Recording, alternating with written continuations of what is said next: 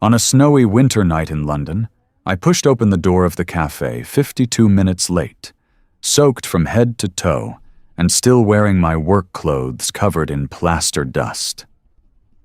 I stood there breathing hard, apologizing awkwardly to the woman who had been waiting for me, not knowing she was the chairwoman of a multi-billion-dollar tech empire, and that my honest, exhausted apology was about to change both our lives forever.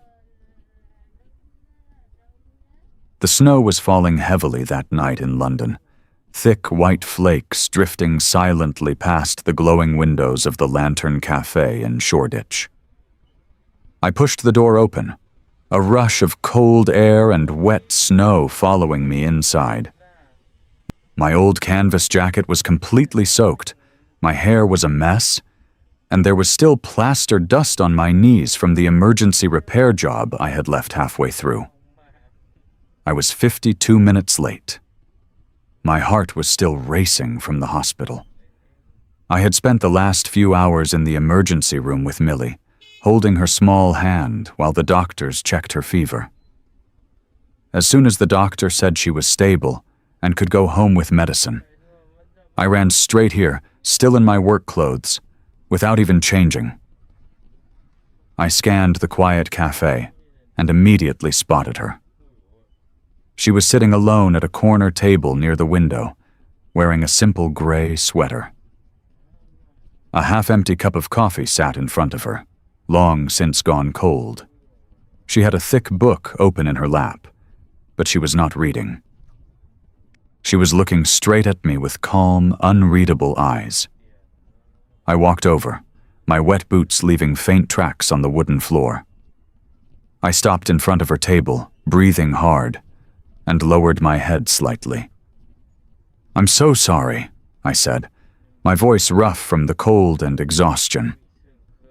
"I know I'm 52 minutes late. My daughter, she suddenly got very sick this evening. I had to take her to the emergency room. I came as fast as I could. I understand if you want to leave." I did not make excuses. I did not try to sound impressive. I simply told her the truth, my shoulders still heavy from the weight of the day. She did not speak right away. She just looked at me, not with anger, not with pity, but with a quiet curiosity that I could not quite understand. For a moment, the only sound was the soft hiss of the espresso machine behind the counter, and the gentle tapping of snow against the window. I stood there, dripping wet, feeling completely out of place in this warm, elegant cafe. My hands were still rough from work. My clothes smelled faintly of plaster and rain, and I knew I looked nothing like the kind of man who belonged in a place like this. But I had come anyway, because Millie had asked me not to cancel, and because for the first time in years, I had decided to try. I had no idea that the woman sitting quietly in front of me, the one who had waited 52 minutes without complaint, was Lyra, the powerful chairwoman of one of the largest tech empires in the world. All I knew in that moment was that I owed her an honest apology, and that I was too tired to pretend to be anyone other than who I really was. The waiter approached our table with a polite smile. I glanced at the menu for only a moment before deciding. "Just a glass of water, please," I said quietly. Lyra's eyes lingered on me for a second longer than usual. She did not comment on my choice. She simply ordered a cup of tea and turned her attention back to me. In the soft light of the cafe, I could see her watching not with judgment, but with quiet curiosity. We began to talk. I told her the truth because I was too tired to pretend. I had once been an architect with a promising career. I designed buildings that won awards and appeared in magazines. But when my wife was diagnosed with cancer, everything changed.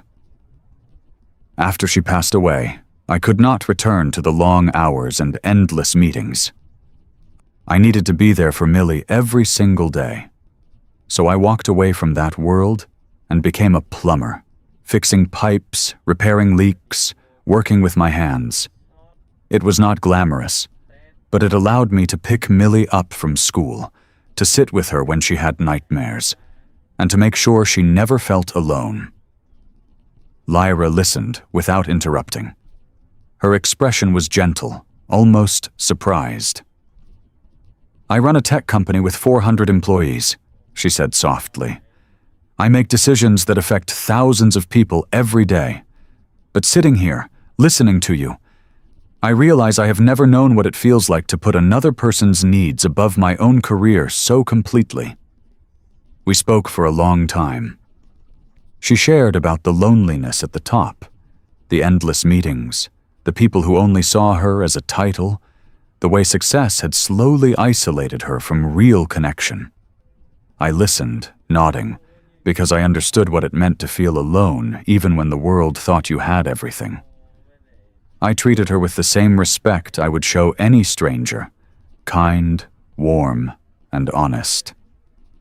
I had no idea that the woman sitting across from me, the one who had waited 52 minutes without complaint, was Lyra Sterling, the powerful chairwoman of one of the largest tech empires in the world. All I knew was that for the first time in a very long while, someone was truly listening to me, not because they wanted something, but simply because they were there. And in the middle of that quiet cafe, with snow still falling outside the window, that small kindness felt warmer than anything else in the room. The cafe lights began to dim as the staff prepared to close for the night. I glanced at my watch and felt a quiet wave of worry wash over me. Millie had just been discharged from the hospital, and I needed to get home to her as soon as possible. "I'm really sorry," I said softly to Lyra, "but I have to leave now. My daughter was released from the emergency room earlier this evening, and I promised I would be there when she wakes up." I expected her to nod politely and call for her car. Instead, she looked at me for a long moment, then said something I did not anticipate. "Would it be all right if I came with you?" Her voice was calm and genuine. There was no hesitation, no sense of superiority. For a second, I was speechless. A woman like her, elegant, composed, clearly from a completely different world, wanted to take the underground train with me? I nodded slowly. "Of course, but I should warn you, it is not the most comfortable ride." We stepped out into the cold London night. Snow was still falling gently, covering the streets in a soft white blanket. We walked side by side to the nearest underground station. The stairs leading down were narrow and slippery. Lyra's expensive shoes clicked on the tiled steps, but she did not complain once. The platform was crowded with late-night travelers. When the train finally arrived, we squeezed into a carriage that was far from empty. The car swayed and rattled as it moved through the tunnels. The air was warm and slightly stale. I noticed Lyra shiver slightly in the draft from the doors. Without thinking, I reached up and unwrapped the old gray scarf from around my neck. It was worn and carried the faint scent of sawdust and plaster from my work. I gently placed it around her shoulders. "Here," I said quietly. "It is not much, but it will keep you warmer." Lyra touched the scarf with her fingers. She did not pull away. Instead, she held it close, as if the simple piece of fabric meant something far more than its appearance. For a long moment, we stood together in the rocking train, surrounded by strangers, yet feeling strangely connected. In that crowded carriage, with the underground rumbling beneath the streets of London, the distance between us seemed to shrink. I was just a tired single father in work clothes. She was a woman who carried the weight of an empire on her shoulders. Yet, right then, none of that seemed to matter. All that existed was the warmth of an old scarf, the gentle sway of the train, and two people who had both learned that life does not always follow the path we plan. I had no idea how much that simple moment would mean to both of us later. We stepped out of the underground station and walked the last few blocks through the quiet, snow-covered streets of Shoreditch. When we finally reached my building, I felt a wave of nervousness. My flat was nothing like the elegant places Lyra must have been used to. I opened the door and switched on the soft lamp. The small living room was warm but messy in the way only a home with a child can be. Millie's colorful drawings were taped all over the fridge. A little Christmas tree stood slightly crooked in the corner, decorated with paper ornaments she had made at school. Low bookshelves were filled with picture books and a few of my old architecture textbooks. The air still carried the faint smell of the soup I had made earlier that day. Millie appeared from the bedroom in her favorite pajamas, rubbing her eyes sleepily. The moment she saw me, her face lit up. Then she noticed Lyra standing beside me and tilted her head with open curiosity. She was not shy at all. "Who is this, Daddy?" she asked, walking straight up to Lyra. "This is Lyra," I said gently. "She was kind enough to come home with us." Millie studied Lyra for a second, then smiled brightly. "Do you want to make cookies with us? I'm really good at it. Daddy says I make the best chocolate chip ones in the whole world." Before I could say anything, Lyra laughed softly, a real, warm laugh I had not heard from her before. "I would love to," she replied. The three of us moved into the tiny kitchen. The space was barely big enough for 2 adults, but Millie insisted on being in charge. She climbed onto her little step stool and started pulling out bowls and ingredients. Lyra rolled up the sleeves of her expensive silk blouse without hesitation. Within minutes, flour was everywhere, on the counter, on Lyra's arms, and even a light dusting across her cheek. I watched as the powerful woman who ran a vast tech empire carefully cracked an egg. The shell broke unevenly, and some of it fell into the bowl. Lyra looked slightly embarrassed, but Millie clapped her hands and giggled. "It's okay. Daddy says the messy ones taste the best," my daughter declared. I stood beside Lyra, showing her how to mix the dough gently. My hands, rough from years of manual work, moved next to hers. She followed my instructions with surprising focus, listening intently as I explained why we had to fold the chocolate chips in slowly.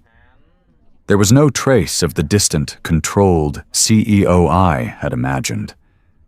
In my small, cluttered kitchen, she was simply a woman learning how to make cookies with a 7-year-old girl and a tired, single father. The smell of baking filled the flat. Millie chattered happily about her day at school, while Lyra listened with genuine interest. I leaned against the counter, watching the two of them, and felt something deep inside my chest loosen. In that moment, the invisible walls that had always separated our worlds, money, status, success, simply melted away. There was no first class, no boardrooms, no billion-dollar empire. There was only flour on silk sleeves, laughter in a tiny kitchen, and the quiet warmth of a home that had not felt this full in a very long time. The next morning, soft winter light filtered through the small windows of my flat in Shoreditch.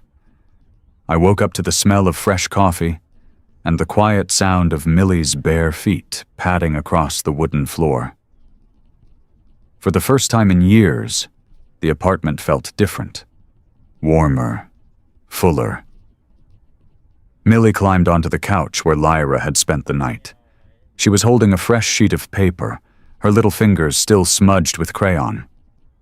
Without saying a word, she placed the drawing carefully in Lyra's hands.